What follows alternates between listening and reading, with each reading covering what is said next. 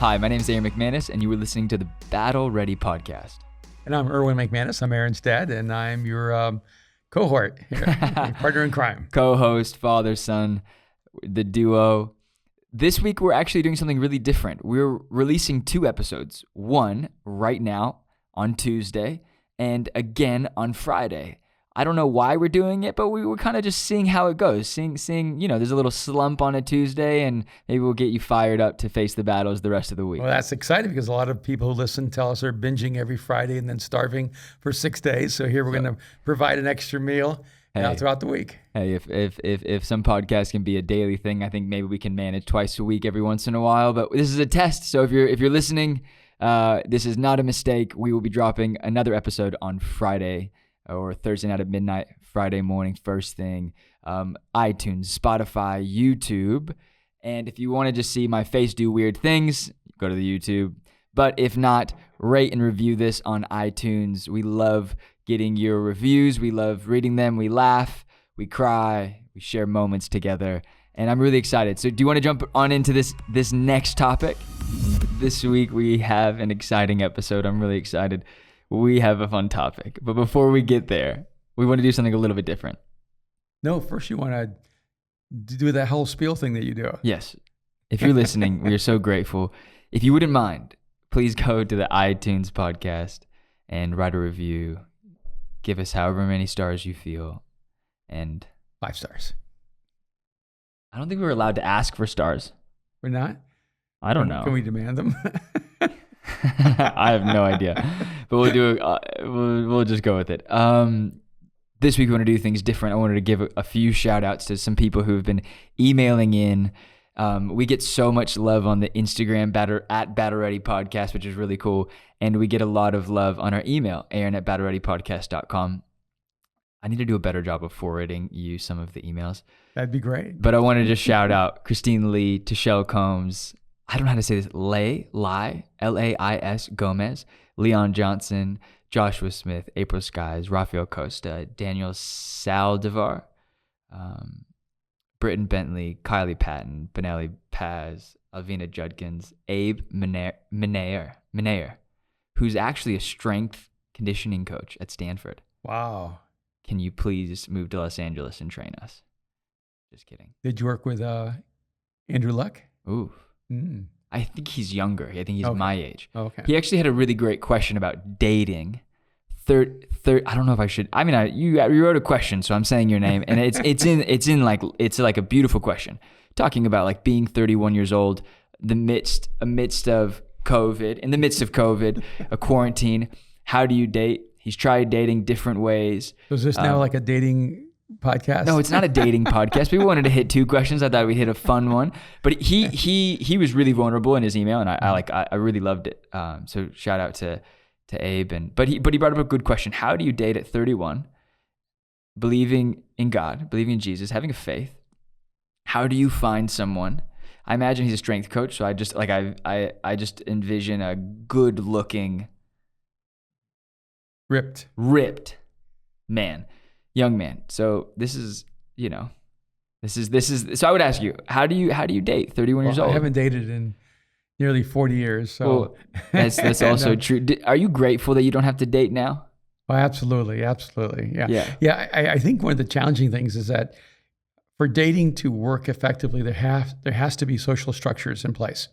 So It's easy to date, let's say when you're in high school, because everyone goes to the same school. It's easy to date in college because everybody's brought on campus. Yeah, what happens when they free you into the real world and there's no more like constructed social circles? So it becomes more challenging when you leave college if you haven't found your husband or you haven't found your wife and you're still wanting to get married one day. And so it depends on your lifestyle. Then it becomes bars and clubs because that's where you meet people. Or church. Or it becomes church. Erwin, grocery stores. And depending on your own lifestyle and what kind of person you're looking for and what kind of person you are. And the challenge, though, is as you get, it's not that you're getting old, but as you get older, you're probably not into the same scenes you were when you were 21, 22. And it gets harder to meet people. And so then you have all these online dating apps where people meet. But even there, it's really challenging because you don't know the person you're working on photographs, or it's purely visual. So yeah, it's such it's the most vain way to meet someone and practical way.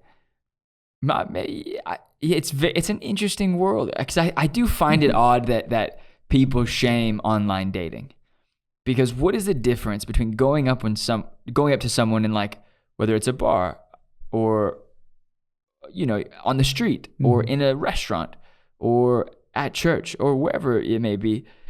What is the difference between that and going, we're both in the same space for dating, I'm gonna like swipe right or like approve this and show my interest? Right. Even what I said earlier about, well, on Instagram it's purely visual. It's purely visual in the bar. It's purely visual in the church. Yeah, there is blind date. Is there blind dating? Blind date dating. Blind dating. Isn't that the opening scene of a movie we really like? It's the one where the father and son go back in time. Is it called About Time? I think it's About Time. Yeah. It's About Time. Yeah. Where where they meet in the blind restaurant. Do you remember that, where he meets Rachel McAdams in the blind? Anyways, it's just like it's kind of a beautiful scene. It's that Eddie. No, it's not Eddie Freeman, or it's the guy from Harry Potter he was one of the Weasley brothers, okay. Who was also, anyways, Donald Gleason. He's in Star Wars. Yeah, he's the ginger. Clearly, that movie had a greater impact on you than it did on me. No, I thought it was a good movie because that opening scene where they meet in it's a blind restaurant in London where they're blindfolded and you go to eat and you eat in the dark and anyways. So is it a metaphor that now you guys are dating blind? No, we're dating the opposite of blind. We're dating so eyes open. But it seems to me that you're not dating at all. It does seem to it would be true. Okay, now let's go back. Who asked the question? My friend Abe. Abe, I want to say, first of all, your struggles with dating are universal. Most people are struggling with dating. I will second that. You're not alone. Right. And you may feel like there's something wrong with me. I can't find the right person. I can't seem to make this dating thing work. I think you're in the majority, not in the minority. And secondly, I think sometimes the problem is that you're searching for someone that's right for you rather than someone you're right for. You're searching for someone who can meet your needs rather than someone whose needs you can meet. And it's one of those curious things that a relationship is one of those things where if you try too hard, it seems like it becomes more elusive. It's better to make friends than it is to look for a date. A piece of advice you gave me maybe a few years back, 'cause I think I was probably heartbroken over a situation, and you said try to make sure you end things the best that you can. Yes. And I'm not the greatest at that, so I work in progress. But one of the piece of advice you said was stay friends if you can, because that person could, at the end of the day, introduce you to your future wife. Mm-hmm. Stay connected. Try to end the relationship in the healthiest space, and that was really you speaking. I think be the healthiest person you can be in the relationship. Right. And a rule of thumb is, if you leave the relationship too late, it ends worse. Yes. If you leave the relationship on time, when both of you know that it isn't the right thing for you, you actually have a better chance of leaving the relationship well. I think this is its own podcast. And I'm not mad at it. I kind of love it because I think, how do you end things well? Well, I think part of it is whenever we want to end the relationship, we kind of always want the other person to end it, but when they end it, we want them more. And so it's this dysfunctional dynamic where you should end the relationship, and then she ends it, and then you want her more. Or you're like, no, I want to end it. Right, and then then you don't, and or she knows she should end the relationship, but she doesn't, and then when he ends it, she wants him more. And it becomes this dysfunctional relationship where the more you hurt each other, the more you want each other. And you need to believe each other when one person says it's not right. Yeah. And the first time that conversation happens is probably the right time. What's the word? Yeah. I'm in so much pain. How do you end things well? Like, what do you say? Because I think the lamest thing ever is blaming it on someone else. Well, the lamest thing is blaming it on God. The absolute, do not say God told me to break up with you. Yeah, I've heard guys do that, and man, you need to man up and stop blaming God on the fact that you met someone else. And, yeah. Which, by the way, when you stay in a relationship too long, you almost drive the other person to start dating someone else while they're still dating you. Okay, Abe, I just want you to know he's looking at me very intensely, and he's speaking now to me. Yeah, so I would say, Abe, make a lot of friends. Okay. Don't just look for dates. Make a lot of friends and make them genuine friends. And if you can actually have meaningful friendships, you will find the right relationships. Okay, so this is another complicated thing to navigate. How do you become friends with a girl? But then, okay, so here you go. So beautiful girl, right? So how do you become friends with a beautiful girl and stay friends and not make it complicated? Or how do you communicate intention? Because I feel like there's so, and I'm not just speaking from personal experience. I'm actually speaking, I think, from how do you lay your intentions out like right away? Because I think some people are like, I'm intentionally pursuing you to. But the that difference freaks is that me out. Words do not communicate intention. Actions do. Okay, so how do we have healthy human behavior? Whenever a guy says, I just want to be your friend, but you're only going out with them one-on-one, you're lying. Because if a guy is your friend, you go out in groups. Okay. If you have a guy friend, you're not just saying, hey, it's just me and you today. So how do you... So in fact, that's a little weird. I really wish there was a book out there that was called, Is This a Date? Yes. Or not? And I think you guys should be more honest and go, it looks like a date, it feels like a date, it sounds like a date, it's a date. But the date doesn't necessarily promise a permanence. That is, a lot of people feel betrayed if you have one date, but you don't have a second date. I think I'm okay with it. Well, it's just that people then go, what's wrong with me? Right. Sometimes I wish there was just healthy feedback. Mm-hmm. You know, what could we do better? But sometimes it's just chemistry. There's nothing wrong with that person, nothing wrong with you. It isn't the right fit for you guys. Okay, so how do you become more self-aware in those moments? Because I do feel, especially the dating topography in Los Angeles is very confusing, right? You have a lot of people from a lot of places and they're trying to meet each other, but then they're also trying to like get a career, and then they're also trying to get famous or get more Instagram followers or XY. So it is like a weird thing to navigate of like, what is your intention for this conversation? And I know people are listening from all over the world, but one of like the unspoken realities of LA is in LA, you meet people, you date, you don't meet people, you marry. People move home and marry someone usually. Like I see it all the time where you get like young, beautiful girls or young, handsome guys, and they date in LA to kind of connect and whatever. People don't come to LA going, I want to meet the person of my dreams, or I want to meet the person I'm going to spend my life with. They come to LA going, I want to be famous, I want to be rich, I want to be known, I want to be a star, I want, Yeah. And so you're coming to be an actor or actress, a model, or whatever it is. Yeah. And so people oftentimes become more commodities to be used. And they use each other. Yeah, I think LA is a really tough place to meet someone that wants to commit their life to you. Yeah. It's really interesting, because I don't think people move to LA and go, I'm committing my life to LA. No. And there's a different pride between LA people and New Yorkers, where I feel like if you can make it in New York, you're a New Yorker.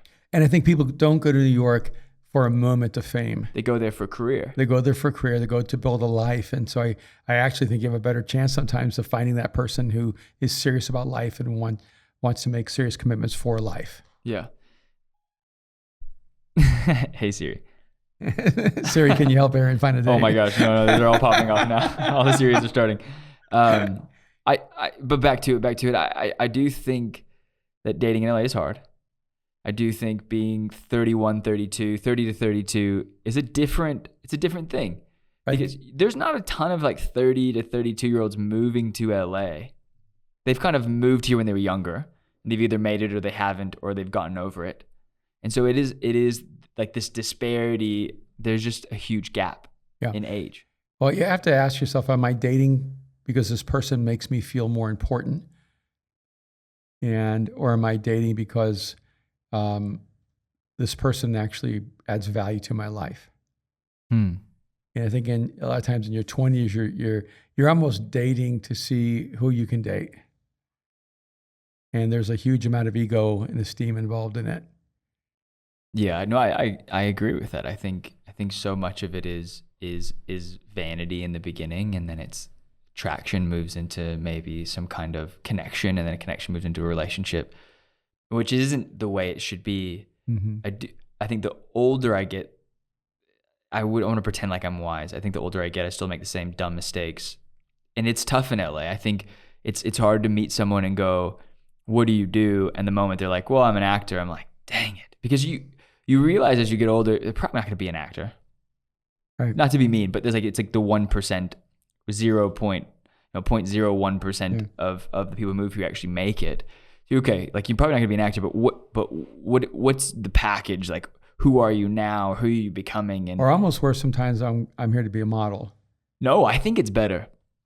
I do think it's better, but you rarely meet like. You think it's better because they look like models. You don't have to make out with someone on camera in a TV show, and I got to deal with it emotionally.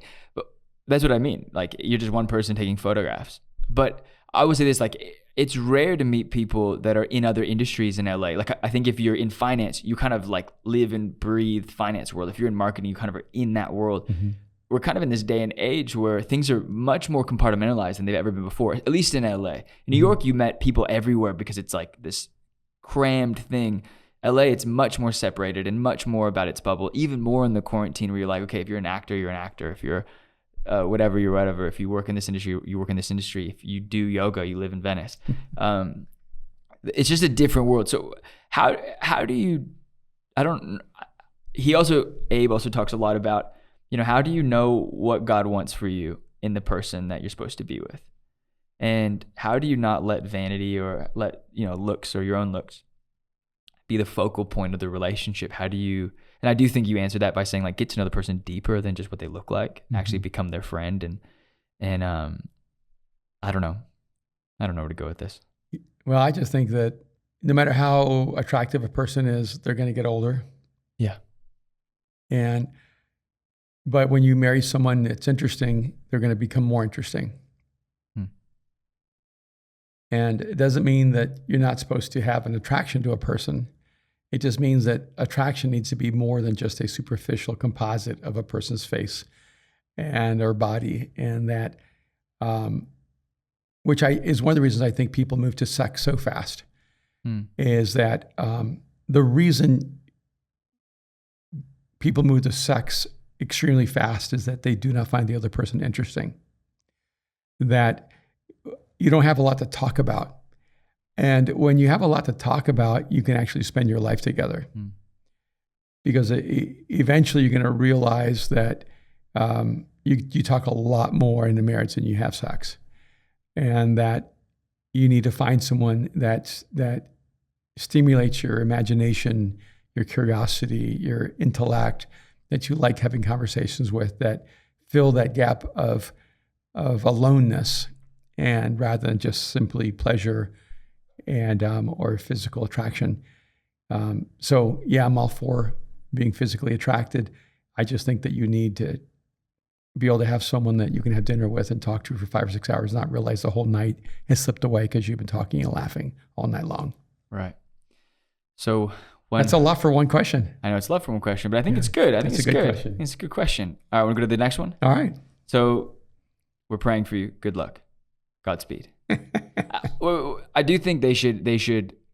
How do you date in this time? I think it's still okay to go out to dinner. I think it's still okay to go grab coffee. I think you got to be more creative. I think you can't just rely on going inside somewhere because some places aren't open inside. So if you're in the middle of America, you don't know what I'm talking about. Everything's pretty much back to normal. But here in LA with quarantine and COVID and everything, it changes the dynamic. It is ironic though that when you meet someone for the first time, they probably have a mask on. Yeah.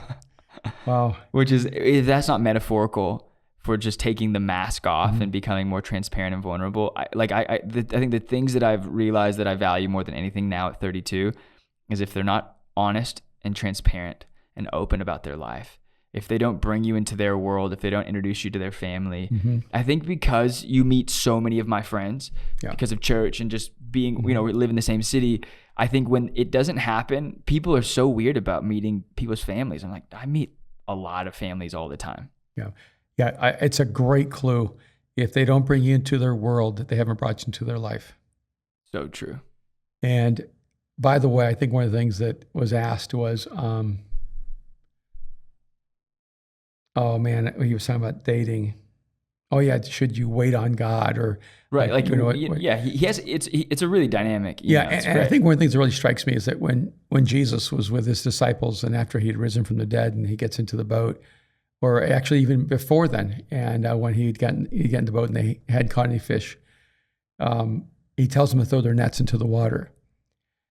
So to catch fish, they have to throw their nets into the water. He didn't say just sit in the boat and watch the fish jump in. And so when a person uses like God talk and says, well, should I date or should I just wait on God? If you don't throw the net into the water, you're not going to catch any fish, even if there's a miracle. Yeah. And so I'm very much for dating. Right. Like I told you, I think you should go out every week. I know. I told you, I think every Friday night, man, you should have a date. And because to me, like if you want to find the right person, you have to meet people and have to engage with people. Is that what you're saying? I'm saying you got to throw the net into the ocean. You're never going to catch a fish. That's what I'm telling you. Dang. This is what I'm. Even if you threw the net out and caught a shark, let me defend myself. I do think it's. Yeah, I think you're right. I think you're pretty much always right, and I'm trying to be right, but yeah, I think one of the hard things is when you put yourself out there. Because he also talked about how he used to date a lot, now he doesn't date a lot. And I think what happens is that when you've dated a lot and you've been heartbroken or you've been disappointed, you can actually begin to create walls based on fear and rejection and disappointment. And you don't want to hold your future hostage to your past. Yeah. There's a great person out there. Don't blame them on what happened in the past. Yeah. I also think someone who, I think we have to realign what our values are sometimes, like readjust our values and then realign to maybe what God sees in us. Cause it isn't the muscles. It isn't however good looking you are right now. It is genuinely over the longevity of your life. Right. And I think that's something that I love about you and Mom is you said it this morning in a meeting. You were like, I thought she was gonna, I thought it was gonna ruin my marriage. Just an argument you guys were having, and I joked and I said, yeah, that wasn't the first time. No. Because you guys have created such an openness with each other.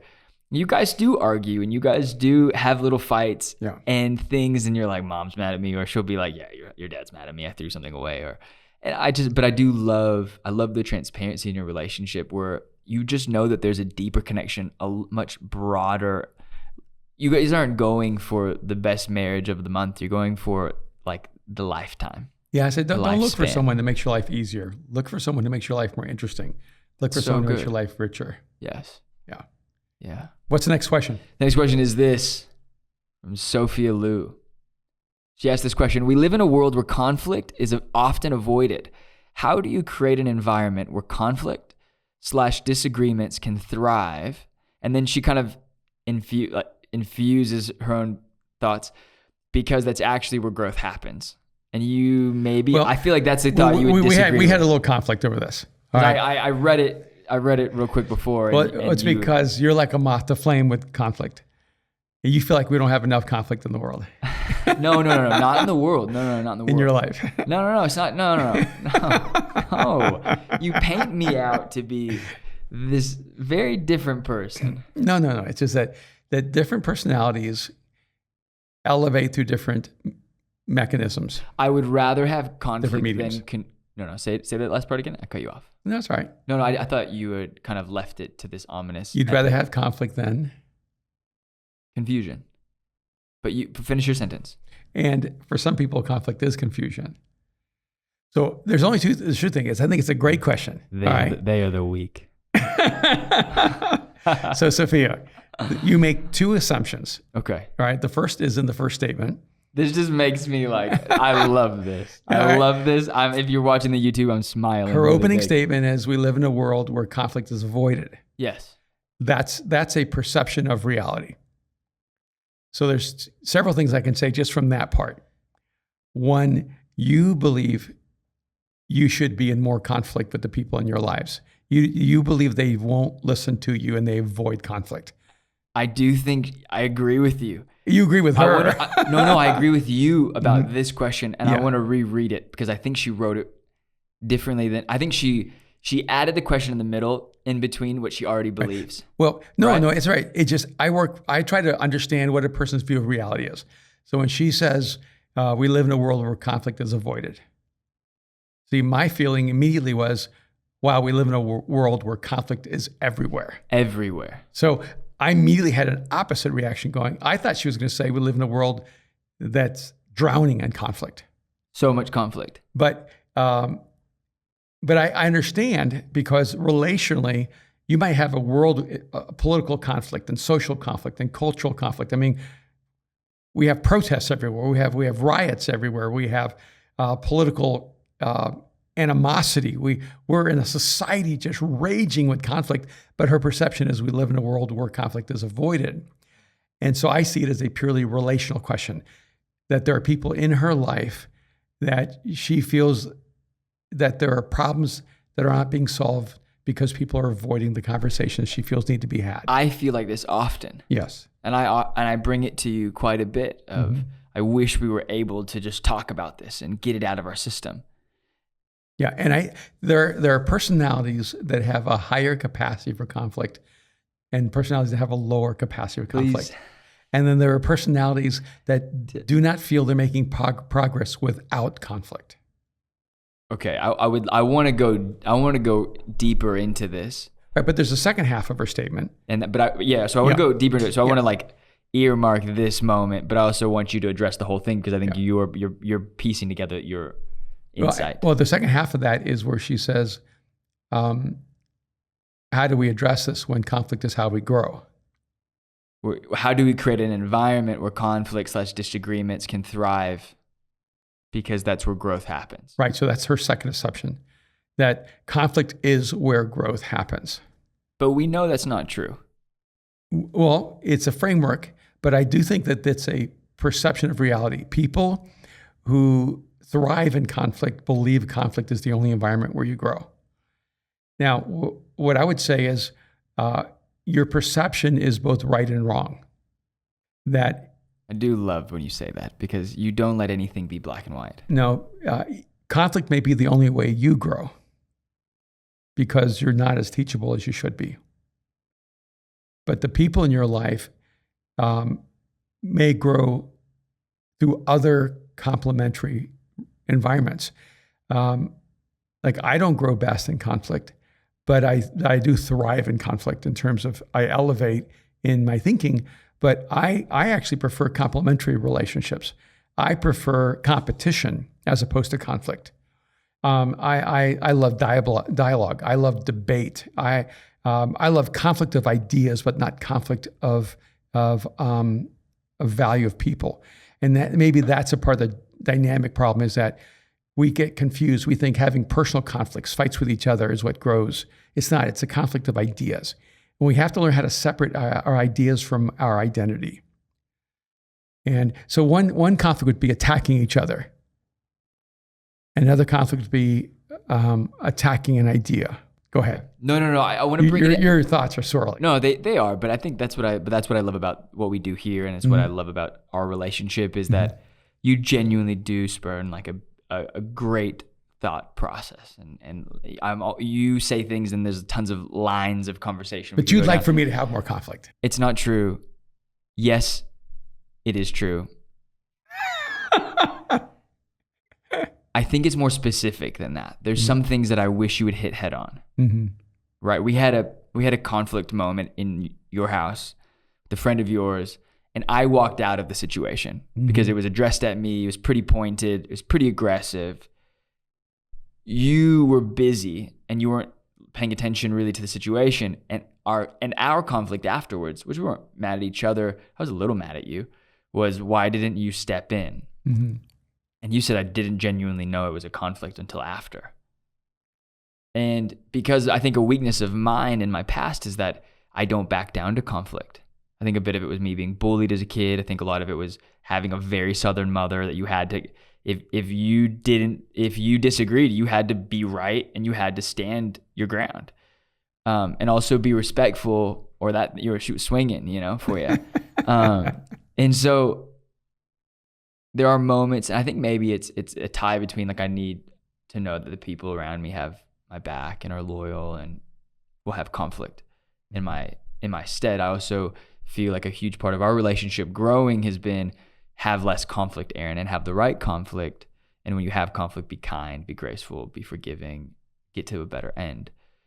And I felt like in the moment you didn't defend me, and you explained it, and we got to a good place. But I felt like I feel like I'm the weaker person when I'm the one who has to leave a room because that person couldn't behave. And I said some things and I walked out.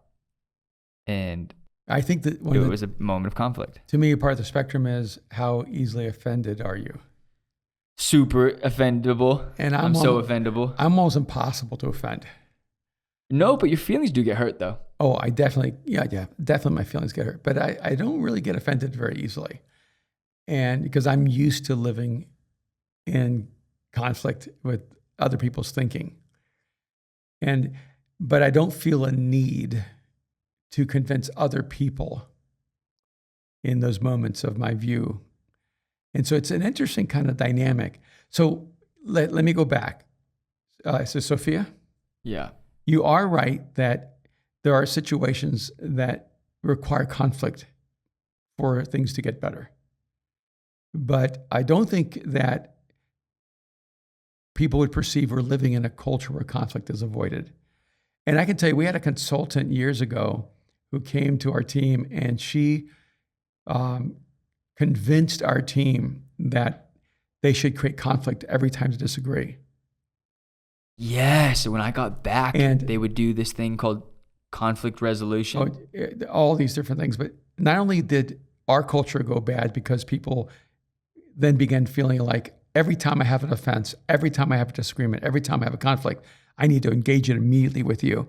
But not only that, but the consultant's environment ended up being destructive and corrupt, and they lost their jobs eventually. But it took a decade. Wow, I didn't know this. Yeah, and a lot of it is that if you have an appetite for conflict, it's unhealthy. And here's what I would say is, to achieve goals, you have to be able to have critique, which is different than conflict. But you also have to have a culture that moves people forward. And so great leadership evaluates the weight between goals and objectives and relationships and values. And sometimes you take a step back on your goals to build the relationships. And then when you build those relationships, it allows you to take 3 steps forward that you could not take together. And healthy conflict happens when the other person leaves valued. When a person feels devalued, that's unhealthy conflict. And what happens so oftentimes is that we go into conflicts to win rather than to improve. And if you go in a conflict to win, you're going to leave more damage than you went in. How would you approach a conversation, right? Like me, I'm pretty offendable, and I also offend people. Mm-hmm. So how do I address, and I'm not just addressing Sophia anymore. Yeah. I think this is a broader conversation. Sure. And this is cool because, I think somewhere on our podcast intro, it says we're a leadership podcast. I don't know. This is a good leadership question. That's the greatest review that we have, is that if you're looking for 3 steps, you won't find it. Right. And it was a really positive review. But I do think there are people in my life that I know are very conflict oriented, and we've figured out a good tone to have conversations together. A lot of that came with really hard conversations and us breaking them down and really taking the time to reconstruct the relationship to how do we communicate to each other, how do we do things in the best way. And there's some people in my life, I have not been able to break through that wall with them, where even when it's like, how do I even bring anything up? Hey, I didn't like that you did that, or could you apologize? Or, I'm sorry for this. I find myself always apologizing. How do I, not so much get them to apologize, but how do I get them to see that maybe they hurt my feelings, or maybe we could have achieved a different level of excellence if we had both been on the same team opposed to like fighting each other? I think it's a challenging thing, especially if you have bad patterns of communication. Okay. And what would be a bad pattern of communication? Where people feel demeaned rather than affirmed. Like where, like early on, I think in my leadership, I didn't know that I did this, but I got known for a lot of conflict. Like I would meet with staff people and correct them, and people would say, don't get a juice with him, because I take him to this little juice bar and we get juices, and they go, don't go to the juice bar with him. And it was because I met with people when something wasn't good enough. I didn't meet with them when something was good. Yeah, you became a conflict-only leader. So I realized, I'm going to have to speak into every team member I have at some point in a negative way. So I need to have 3 great meetings before I ever have a bad meeting. And so that it helped me establish a proactive way of meeting with people to affirm them, so that when I had the negative meeting, they didn't feel like that's the only thing I would ever talk to them about. And so I think as a leader, you have to be incredibly proactive in creating affirming conversations and meetings where you confront them about their greatness, where you confront them about their excellence, where you confront them about what they've done well, so that they know, oh, he's always looking for, he wants to catch me in my success. So whenever he does critique where I didn't do it right, it's really because he's for my success. And I think that's the thing. When you believe someone's for your success, it's easier to have conversations that we call conflict. When you're not sure a person's for your success, it's harder to have the conversation. So don't make it your job to have conflicts with people that aren't asking you to make them better. Like, that's a self-imposed perception. Now, if that person works for you, that's different. Because when they come on your team, you get to establish the standard at which you want to lead that team. But those things need to be clear, and you are pretty clear about what you expect of people. And sometimes, and I think more than anything in this season, I've figured out I need to do a better job. Hey, this is what I expect from you, and this is what I expect from the team. This is what I expect from myself, and that can be hard when you're learning how to work with people. Yeah, and it's also better when you find people who are so self-managing that they correct themselves faster than you can correct them. Yeah. It's super helpful when you find a team that's better than you at almost everything, and then you feel really insecure for being on the team, and you're like, can I please be on the team? Yeah. I will say, being married 36 years, I would live in constant conflict if I thought it was my job to make my wife better. Right. And I only give input to Kim in areas that she asks me. I don't feel like it's my job to be her conscience, to be her... be the Holy Spirit in her life. Be her Holy Spirit, to be her life coach. And I find in my life, it's much easier when she doesn't take that role in my life either, and as much, But I want to just clarify, because I think there'll be people listening going, so they don't challenge each other in their relationship. Oh, we over-challenge each other. We over-challenge. So what would be, so since you're not challenging them you're not necessarily challenging mom on the daily, because I get to see your relationship, so I kind of know the dynamic, and I really like respect it and love it. But it isn't the practical, I don't know. I don't. You wait for teachable moments where the other person asks you for input. And then you take those moments, and that's when you speak honestly but kindly. You're an incredibly patient person. Thank you. And I don't mean that because mom's not, but mom's more like conflict oriented. But you're someone who's very patient in your conflict. Are there times where you've wished you not just with mom, but just in general, like you wished you had hit conflict head on, or approach conflict in a different way? Yeah. I also think that in my 20s and 30s, I lived with conflict at such a high level that it almost killed me. Yeah. And you grew up while I lived in an incredibly volatile, dark season in my life. And I couldn't avoid conflict no matter which direction I turned. Yeah.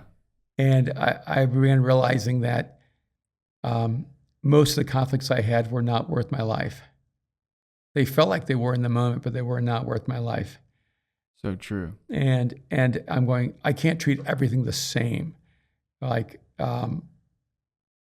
if everything makes me equally angry, then nothing is important. Wow. So I save like my extreme frustration for things that are genuinely important. And then all the other things that frustrate me that are just not that important, I kind of just don't worry about them. I realize that the world moves forward with imperfection. That was a hard thing for me to get a hold of. And early on, I didn't get it. I mean, I thought everything had to be perfect, and it drove me insane. It drove people around me insane. Yep. I have those moments. Now I realize the world moves forward with imperfection. And sometimes it moves forward in a more beautiful way. Yeah. I think something that I had a hard time understanding with your perspective was that you really truly love the imperfections in life. Yeah, I do. And you really do think that they create like an essence and a texture to the things that you're building and creating in general. Yeah. And so you always will see imperfections and you'll be like, that's amazing. Let's use this and let's turn. And I think imperfection is a part of your aesthetic. Yeah. And I don't mean that as an insult. And I think it's helped me understand that you have to look for the imperfections, and that's when the uniqueness happens. And that's when like the wild happens. And it's such a beautiful thing. And part of what drives you to conflict is you have such a drive for perfection. I do. And it's an ever fleeting, always failing thing. But it's not just even for your life. You have a drive for perfection for everyone whose life touches your life. Okay. Because you want to create a perfect world. I don't want to create a perfect world. You just want it to be perfect for one moment at least. Because it's like, even when something's perfect, it becomes imperfect the next moment. I do resonate with those characters in films. I also do resonate. I also really do believe in succeeding and in growing and being excellent. And we have chosen kind of a path, especially in LA, where this can tie into dating, this can tie into success, this can tie into leadership, all of this. But, a huge conversation that I have when dating people, it's like, oh, well, you're a pastor. And I even told you, I was like, I can't have that for a season because goodness, it kills it on the first 5 minutes of any date. You're a pastor? Like, I'm not a priest. And then it goes into like this weird spiral of, questions and what was this like? And what was this like? And I'm like, no, I'm good without the seventh heaven stuff. Like we live a truly unique life, but we also are pretty normal and pretty just on our own. In LA, it's like, well, you're not a trust fund kid. You know what I mean? And so that's a whole other conversation of a world where it seems like I meet really cool kids and it's like, oh, but you don't have a house here. Don't you wish you were a trust fund kid? Do I wish I was a trust fund kid? No, because I see them and probably the most of them aren't very successful now. That's that whole third generation thing. By the third generation, they've pretty much squandered all of their, like they're that second generation usually that we meet. And I love them, but you look at it and I look at them 10 years and I'm like, okay, at least I'm doing the like wax on, wax off thing, and I'm going to be great, hopefully, when I look up in 15 years. Oh, speaking of wax on, wax off. Yeah. I mean, honestly, you probably sometimes are baffled that I've had any success because I hate conflict so much. No, I did make it. Do you want me to say the statement that I made? I said, how it surprised me. No, it doesn't surprise me that you've been great successful. I said, how have you been so successful with accepting so much average? Yeah. And I genuinely wasn't trying to hurt your feelings, but I think I did. Oh, no, I want to answer that question. Answer it. Because when I was young, I thought the way to win battles was being a boxer. Right. Be able to take the blows when they hit you in the face and then just punch back harder. And as I developed more of a sense of Taekwondo, where of the martial arts where you don't fight against the power of someone, you take the full force of their power and use it to your advantage. Is that jiu-jitsu, right? Yeah, it can be. I think it's where you're using all of the power it's from the other person. And I mean, that's the basic thrust of most, Asian defense strategies or battle strategies. And I found in my life that fighting against people who want to fight is a waste of my energy. That it's better because it'll distract you from the battles you should fight. And so, I'm like super chill about 99% of things because I've just found over time they really were not worth the fight that I thought I had to fight. And I swing at everything. I gotta be better about that. But sometimes it's not a giant that's coming. It's just a shadow of a mouse.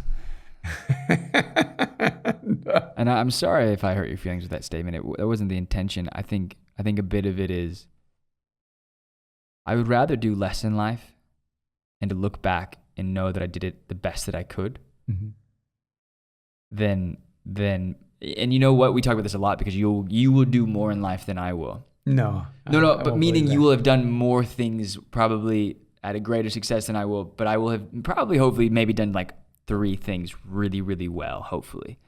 And it's a bit different in our personality. Like, I'm okay with that. And you're not. You're like, that's a waste of time and it's boring. But we're different in that way. But should we get into what we want to actually talk about? Well, I actually... Or do you want to close that last This is such a good conversation about conflict and about how to have healthy conflict. Yeah. And how to have people in your life that want critique and to walk together to make each other better. Okay. I think that's a really powerful thing. And I know from me, like my brother is a brilliant thinker, sees the world differently than I do. But it always helps me to talk to him because it irritates me so much how dogmatic I feel he is about certain positions. Right. And I remind myself, oh, this is why this conversation is good, because he thinks at such a high level that I either have to agree or I have to know why I disagree. And I think those things are really important in life. And so I want to almost flip all the way around 360 to Sophia and say, we have to learn how to use conflict for good. And the people that you're closest to, I think, will be the hardest people to have conflict with. Because when you love people, you don't want to lose the relationship. And so you end up losing the ability to have meaningful conversations. I want you to realize that the inner circle of people in your life are the ones you'll have the most difficulty having conflict with. Okay. And I don't have a problem having a conflict with a stranger. No, you do. You do not. No, in the world of ideas. Oh, right. The world of ideas. Yeah. Like I'll battle any idea, but you're right. I won't have a conflict with an individual. No, almost never. Yeah, and that's because I have extremely high empathy, and it's really it haunts me. And which she also mentioned, I think along the way. Yeah, I'm not sure. But I think we should one day have a podcast about how to have healthy conflict. We're kind of having it right now. We're having it right now, but I think it's a great ongoing conversation. One, to realize that you may need to have a conflict, but the person you want to have it with doesn't need that conflict. They may just need a conversation. So before you move to conflict, have a conversation. Yeah, okay. Okay. Maybe conflict can be avoided. Good luck. Yeah, I think it's still working on it. Still trying to figure it out. Still trying to process that. So, yeah, no, I think in the past I've been so conflict oriented and unwilling, unrelenting when it comes to feelings and how people feel, and too much so where I've burned bridges and hurt people's relationships or my relationships, and I remember I sat down with someone, just bring this into the dating conversation, but I sat down with a girl who I dated for a long time, and she looked at me, and I can't remember quite what she said, but I remember what I said, and I remember her having a profound moment of wisdom where I said, I want to be great, not kind. Oh, she said, why can't you be more kind? And I said, I want to be great. And I think I was explaining like a moment at work or a work conversation. This is years ago, 5 years ago. And I said, well, I value greatness over kindness. And she stopped and said, and that will ruin your life. And it was the last moment we ever talked. It was one of the last moments we ever talked. And it didn't end because of that, but she was still a friend and I think it's really, 2019, I said kindness was the thing I'm trying to like master. I really want to be kind. I struggle with it. And I do think kindness is connected to conflict. Because if you're kind, conflict doesn't feel like conflict. Incredible people, the most incredible people in conflict are the people who the person they're having conflict with thanks them afterwards. Yeah. And that's one of the greatest compliments that I used to get was people would say to me, Erwin McManus can tell you you're going to hell and you'll say thank you. Which you don't do that. I don't, because I don't think that's my place in life to do. No. But I think the important thing, well, even with that, is I actually think kindness is greatness. Yeah, you've helped me. And I remember being so young and naive, and not that young, but very naive, and telling you that kindness was your greatest weakness. I remember you told me that. My early 20s. And this is why I make this statement that in my 20s, I thought I knew everything. And in my early 30s, I'm realizing I know nothing and that I'm excited to learn more. But I do think this is a great conversation about posture. And winning conflict is actually being the most kind. And maybe now you've inceptioned me. And there's moments where I didn't feel like in the conflict we had in your house, not me and you, but someone else, I felt horrible after. I was still angry. I was still fuming. You called me 2 hours later and I was still in such a bad mood over it. But I genuinely felt horrible about how it happened. And I told you I needed to walk away because of my history with conflict. It's like that Viggo Mortensen movie, like A History of Violence. It's like mine's a history of conflict. Trying to be better, sometimes I have to remove myself from situations just to help the situation go more peacefully. You just gave me a great insight. Okay. Go into conflict to win the person, not the argument. That's so good. I think we should end on that. All right, maybe we'll actually get to the actual conversation. Topic for the day. Yeah, we will.